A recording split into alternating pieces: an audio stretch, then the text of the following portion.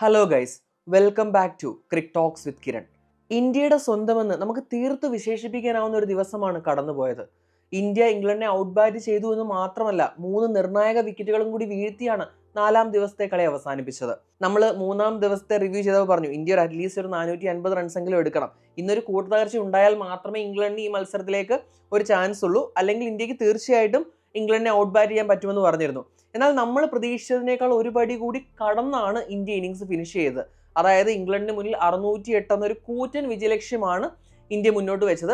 അങ്ങനെ വന്നതോടുകൂടി റിസൾട്ടിന്റെ കാര്യം നോക്കിക്കഴിഞ്ഞാൽ ഇനി 2 റിസൾട്ട് നമ്മുടെ ഫ്രെയിമിലുള്ളൂ. ഒന്ന് ഇന്ത്യയുടെ വിജയമാണ്, 2 ഒരു സമനിലയാണ്. അതിലൊന്നെങ്കിൽ ഇംഗ്ലണ്ട് ആ ഒരു 5ാം ദിവസം ഫുള്ള് സർവൈവ് ചെയ്യണം, അല്ലെങ്കിൽ നമുക്കറിയാലോ ഇംഗ്ലണ്ട് കണ്ടീഷനാണ്, എപ്പോൾ മഴ വരുന്നൊന്നും പ്രെഡിക്റ്റ് ചെയ്യാൻ പറ്റില്ല. ഇപ്പോൾ 5ാമത്തെ ദിവസമാണെങ്കിൽ ചെറിയ മഴയ്ക്ക് സാധ്യതയും പറയുന്നുണ്ട്. അപ്പോൾ അങ്ങനെ വെതർ വന്നിട്ട് ഇംഗ്ലണ്ടിനെ സേവ് ചെയ്യണം. അതുകൊണ്ട് തന്നെ ഈ ഒരു 2 റിസൾട്ട് മാത്രമാണ് പോസിബിൾ ആയിട്ടുള്ളത്. ഇപ്പോൾ ആദ്യത്തെ മത്സരത്തിലെ പോലെ കിട്ടിയ ആ ഒരു ഡോമിനൻസ് കൂട്ടത്തകർച്ചയിലൂടെ കളഞ്ഞു കുളിച്ചില്ല, അല്ലെങ്കിൽ മോശം ഫീൽഡിങ്ങിലൂടെ ഇന്ത്യ കളഞ്ഞു കുളിച്ചിട്ടില്ല.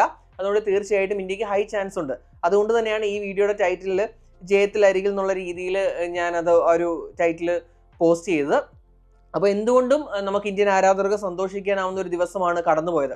ഇനി മത്സരത്തിലേക്ക് എന്നെ കുഴപ്പിച്ച 1-2 സംഭവങ്ങൾ എന്ന് പറഞ്ഞു കഴിഞ്ഞാൽ ഇന്ത്യ ഒരു 550 അറൌണ്ട് 550 ഡിക്ലെയർ ചെയ്യും എന്നാണ് ഞാൻ കരുതിയിരുന്നത്. അതായത് ഇംഗ്ലണ്ടിനെ ഓൾ ഔട്ട് ആക്കാനായിട്ട് തങ്ങളുടെ കയ്യിൽ ഒരു 5-6 ഓവറുകൾ കൂടി എക്സ്ട്രാ ഇന്ത്യ കരുതി വെക്കുമെന്ന് ഞാൻ വിചാരിച്ചു.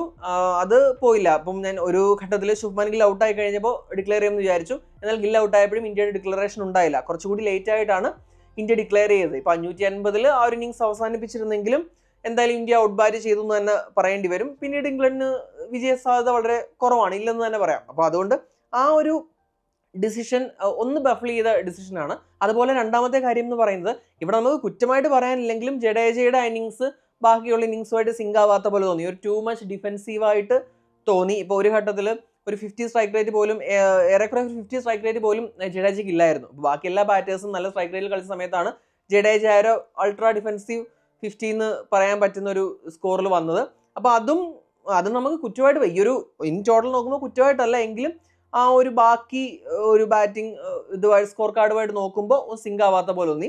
അത് മാത്രമേ ഈ ഒരു കാര്യത്തിൽ എനിക്ക് പറയാനുള്ളൂ. 3ാം ദിനം 64-1 എന്ന നിലയിലാണ് ഇന്ത്യ കളി അവസാനിപ്പിച്ചത്. പിന്നീട് രാഹുലും കരുൺ നായരോട് ചേർന്ന് പതുക്കെ മുന്നോട്ട് കൊണ്ടുപോയി. കരുണിന് കാര്യമായിട്ടൊരു ഒരു ഒരു സ്റ്റാർട്ട് കിട്ടിയെങ്കിലും അത് കൺവേർട്ട് ചെയ്യാൻ കഴിഞ്ഞില്ല. 26 റൺസിന് പുറത്തായി. KL രാഹുൽ ഒരു വെൽ പ്ലേഡ് 50 ആയിരുന്നു. പിന്നീടാണ് ഈ ഇന്നിങ്സിന്റെ ഹീറോ. ഇപ്പോൾ ആദ്യത്തെ ഇന്നിങ്സിൽ 250+ സ്കോർ ചെയ്ത ശുഭ്മാൻ ഗിൽ ഇത്തവണ 150+ അടിച്ചിട്ട് ഈ ഇന്നിങ്സിലും ടീമിന്റെ ടോപ്പ് സ്കോറായി. അത് മാത്രമല്ല, ഒരു ടെസ്റ്റിലെടുത്ത ടോട്ടൽ റൺസ്, ഒരു അഗ്രഗേറ്റ് റൺസ് നോക്കുമ്പോൾ ഒരു ഇന്ത്യക്കാരന്റെ ഏറ്റവും ഉയർന്ന സ്കോറും ഇപ്പോൾ ശുഭ്മാൻ ഗില്ലിന്റെ പേരിലാണ്. ശുഭ്മാൻ ഗിൽ ഇപ്പോൾ 2 ഇന്നിങ്സിലൂടെ 430 റൺസാണ് സ്കോർ ചെയ്തത്. ഇംഗ്ലണ്ടിന്റെ ഗ്രഹാം ഗൂച്ച് മാത്രമാണ് ശുഭ്മാൻ ഗില്ലിന് മുകളിലുള്ളത്, 456 റൺസ്. അപ്പോൾ ഒരു അഗ്രഗേറ്റ് ലെവലിൽ ഒരു ഇന്ത്യൻ റെക്കോർഡും അതുപോലെ തന്നെ ലോക റെക്കോർഡിൽ 2ാം സ്ഥാനത്തെത്താനും ഗില്ലിനായി. അതുപോലെ തന്നെ പിന്നെ പന്തിന്റെ ഇന്നിങ്സ് എന്ന് പറഞ്ഞു കഴിഞ്ഞാൽ ഒരു അൾട്രാ അഗ്രസീവ്, പന്തിന്റെ അറിയാലോ, ഒരു അഗ്രസീവ് ഷോട്ട് കമിയോ, ഒരു 50+ സ്കോർ പന്ത് നേടി. പിന്നീട് ജഡേജയുടെ കാര്യം ഞാൻ ഓൾറെഡി പറഞ്ഞല്ലോ. അപ്പോൾ ജഡേജയും ഗില്ലൂടി ചേർന്നിട്ട് ഒരു ഇംഗ്ലണ്ട് വിൻ എന്നൊരു സംഭവം ആ ഒരു ഫ്രെയിമിൽ നിന്ന് എടുത്തു കളഞ്ഞു. അതായത് ഇംഗ്ലണ്ട് ഇനി ഒരു 6 റൺസ് വെച്ച് സ്കോർ ചെയ്താൽ പോലും ഈ മത്സരം ജയിക്കാനാവാത്ത ഒരു സ്ഥിതിയിൽ അവരെത്തിച്ചു. അപ്പോൾ എന്തായാലും ഒരു വെൽ റൗണ്ടഡ് ബാറ്റിംഗ് പെർഫോമൻസ് തന്നെയായിരുന്നു ഇന്ത്യയുടെ. ഇന്ത്യ 427 റൺസിനാണ് ഡിക്ലെയർ ചെയ്തത്. 6 വിക്കറ്റ് നഷ്ടപ്പെട്ടു. ഇനിയിപ്പോൾ ബാക്കി ബാറ്റിംഗ് പെർഫോമൻസ് നോക്കിക്കഴിഞ്ഞാൽ പിന്നീട് നിതീഷ് റെഡ്ഡിക്ക് പിന്നെ കാര്യമായിട്ടൊന്നും ചെയ്യാനില്ലായിരുന്നു. വരിക അറ്റാക്ക് ചെയ്യുക എന്നുള്ള കാര്യം മാത്രമേ ഉണ്ടായിരുന്നുള്ളൂ. എന്നാൽ ഒരു ലോങ് ഓഫിന് മുകളിൽ കൂടെ 6 പറത്താനുള്ള നിതീഷ് റെഡ്ഡിയുടെ ശ്രമം വിഫലമായി. 1 റണ്ണ് പുറത്തായി. പിന്നീട് വന്ന വാഷിംഗ്ടൺ സുന്ദർ 7 ബോളിൽ 12, ഒരു 4 ഒരു 6 അടിച്ചു. അങ്ങനെ ഒരു 3ാമത്തെ സെഷനിൽ ഒരു ഡ്രിങ്ക്സ് ബ്രേക്ക് അമ്പയേഴ്സ് കോൾ ചെയ്തപ്പോഴേക്കും ഗില്ല് തന്റെ താരങ്ങളെ തിരികെ വിളിച്ചു. പിന്നീട് ഇന്ത്യയുടെ ബോളിംഗിലേക്ക് വന്നു കഴിഞ്ഞാൽ നമുക്കറിയാം 608 എന്നൊരു സ്കോർ എന്ന് പറയുന്നത് ഔട്ട് ഓഫ് റീച്ച് ആണ്. എങ്കിലും ഒരു സമനിലയ്ക്ക് വേണ്ടി ശ്രമിക്കുന്ന പോലെയല്ല അവർ തുടങ്ങിയത്. അവരുടെ ആ ഒരു തനത് രീതിയിൽ തന്നെയാണ് തുടങ്ങിയത്.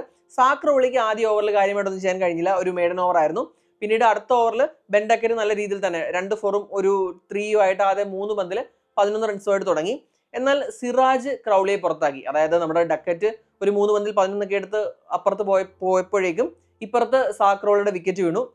ഇവിടെ സിറാജിനെ നേരിട്ട് ആദ്യ പന്തിൽ തന്നെ ഒരു എക്സ്പാൻസീവ് ഡ്രൈവിന് ശ്രമിച്ചിട്ടാണ് ക്രൗളിയുടെ വിക്കറ്റ് പോയത്. പിന്നീട് ബെൻ ഡക്കറ്റിനെ വീണ്ടും ആകാശ്ദീപ് പുറത്താക്കി. ഇപ്പോൾ കഴിഞ്ഞ ഇന്നിങ്സിലും ആകാശ്ദീപ് തന്നെയാണ് തുടക്കത്തിൽ ഒരു ഇൻറോഡ് ക്രിയേറ്റ് ചെയ്തത്. പിന്നീടാണ് സിറാജ് ഫ്രെയിമിലേക്ക് വന്നത്. ഇത്തവണ ആദ്യത്തെ വിക്കറ്റ് സിറാജ് ഇട്ട് കഴിഞ്ഞപ്പോൾ പിന്നീട് ഒരു ബ്രില്യൻ ബോളിൽ നമ്മുടെ ബെൻ ഡക്കറ്റിനെ പുറത്താക്കി. അതിലും മികച്ചൊരു പന്ത്, അതായത് ഈ ടെസ്റ്റിലെ തന്നെ ബെസ്റ്റ് ബോൾ എന്ന് നമുക്ക് വിശേഷിപ്പിക്കാൻ കഴിയുന്ന ഒരു പന്തിലാണ് വേൾഡ് നമ്പർ 1 ബാറ്ററായ ജോ റൂട്ടിനെ ആകാശദീപ് പുറത്താക്കുന്നത്. അപ്പോൾ ആ ഒരു പന്തിൽ ഇപ്പം നമുക്കറിയാം ജോ റൂട്ട് ഈ ഒരു റീസെന്റ് ടൈമിൽ അത്രയും മികച്ച ഫോമിലാണ്. അങ്ങനെ ഒരു ഇൻഫോം ബാറ്റർക്ക് ഒരു ക്ലൂ നൽകാത്ത ഒരു പന്തിലാണ് ആകാശദീപ് റൂട്ടിനെ ബൗൾഡ് ആക്കിയത്. അതോടുകൂടി ഇപ്പോൾ നമ്മളിപ്പോൾ ആദ്യ ഇന്നിങ്സിൽ പറഞ്ഞതുപോലെ തന്നെ ആ ഒരു ഷോർട്ട് സ്റ്റിൻറ്റിൽ 3 വിക്കറ്റ് നമ്മുടെ ഇന്ത്യക്ക് വീഴ്ത്താനായി.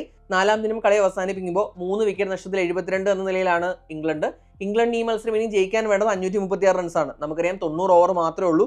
അതിൽ തന്നെ 536 എന്നത് ഔട്ട് ഓഫ് റീച്ച് ആണ്. 5ാമത്തെ ദിവസം ഇവരെ ഓൾ ഔട്ട് ആക്കി ഒരു കൂറ്റൻ ജയം സ്വന്തമാക്കാൻ ഉറപ്പിച്ചായിരിക്കും ഇന്ത്യ എത്തുക. ഇനി ഇംഗ്ലണ്ടിന്റെ കാര്യം പറഞ്ഞു കഴിഞ്ഞാൽ അവർക്ക് എന്തായാലും ജയം പോസിബിൾ അല്ല. എങ്കിലും നമുക്കറിയാലോ ബ്രണ്ടൻ മക്കലം, ബെൻ സ്റ്റോക്സ്, ഇറയിൽ അവരങ്ങനെ ഡ്രോയ്ക്ക് വേണ്ടി തട്ടിമുട്ടി നിൽക്കാറില്ല.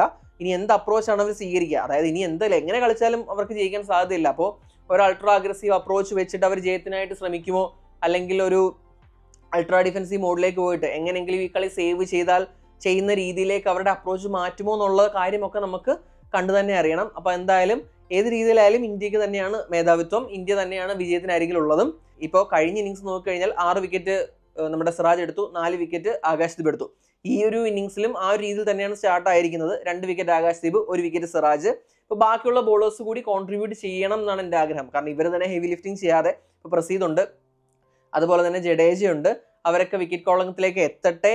അപ്പോൾ ഒരു ടീം എഫേർട്ട് അവിടെ വരുമ്പോഴാണ്, പിന്നെ വാഷിംഗ്ടൺ സുന്ദറുണ്ട്, ഒരു ടീം എഫേർട്ട് വരുമ്പോഴാണ് കുറച്ചുകൂടി, അതായത് 2 താരങ്ങളെ മാത്രം ഡിപ്പെൻഡ് ചെയ്യാതിരിക്കാതെ കുറച്ചുകൂടി ടീം എഫേർട്ട്, ഒരു ഫുൾ കോൺട്രിബ്യൂഷൻ വന്നു കഴിഞ്ഞാൽ എത്രയും പെട്ടെന്ന് അവരെ പുറത്താക്കാൻ സാധിക്കും. പിന്നീട് അറിയാലോ പിച്ചിൽ വലിയ ഡിമോൺസ് ഒന്നും ഇല്ല. അതായത് പിച്ചിൽ ഇപ്പോൾ സ്ഥിരം ഇംഗ്ലണ്ടിൽ കാണുന്ന പോലെ ഒരു വലിയ സീമിംഗ് കണ്ടീഷൻസോ അല്ലെങ്കിൽ അങ്ങനെ ഫുൾ സ്വിങ്ങോ ഒന്നുമില്ല. ഇപ്പോൾ ഓവർഹെഡ് കണ്ടീഷൻ വരുമ്പോഴാണ് അങ്ങനെ ഒരു ബോളിംഗ് ഫ്രണ്ട്ലി ആയിട്ടുള്ള സർഫസ് ആയിട്ട് മാറുന്നത്.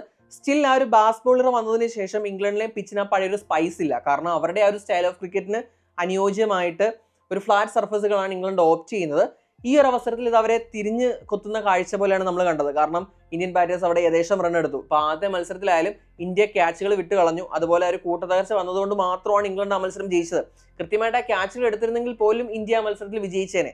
അപ്പോൾ അല്ലെങ്കിൽ അറ്റ്ലീസ്റ്റ് സമനിലെങ്കിലും നേടാമായിരുന്നു. അപ്പോൾ ഇംഗ്ലണ്ടിന്റെ ജയം പ്യുവർലി ഇന്ത്യയുടെ മിസ്റ്റേക്ക് ആണ് ആദ്യത്തെ ടെസ്റ്റിൽ. എന്നാൽ ഈ മത്സരത്തിൽ ഇതുവരെ ആദ്യത്തെ മത്സരത്തിലുള്ള മിസ്റ്റേക്സ് ഒന്നും ഇന്ത്യ റിപ്പീറ്റ് ചെയ്തില്ല. അപ്പോൾ തീർച്ചയായിട്ടും അതുകൊണ്ട് തന്നെ ഇന്ത്യയാണ് ഡ്രൈവിംഗ് സീറ്റിൽ. ഒരു ഇന്ത്യൻ ജയം വരട്ടെ, ഒരു സീരീസ് 1-1 ആവട്ടെ. അപ്പോൾ ലോർഡ്സിൽ നമുക്ക് കൂടുതൽ സ്പൈസി ആയിട്ടുള്ള ബുംറ കൂടി തിരിച്ചു വരുന്നതോടെ വളരെ മികച്ചൊരു കോൺടെസ്റ്റ് തന്നെ നമുക്ക് കാണാൻ സാധിക്കട്ടെ എന്നുള്ളതൊക്കെയാണ് എൻ്റെ ആഗ്രഹം. എന്തായാലും എന്താണ് സംഭവിക്കുക എന്നത് നമുക്ക് കാത്തിരുന്ന് കാണാം. ഇന്നത്തെ മത്സരത്തെക്കുറിച്ചുള്ള നിങ്ങളുടെ അഭിപ്രായങ്ങൾ തീർച്ചയായിട്ടും കമൻറ്റ് ചെയ്യുക. അടുത്തൊരു വീഡിയോയുമായിട്ട് ഉടൻ തന്നെ കാണാം. Thanks for watching Crick Talks with Kiran.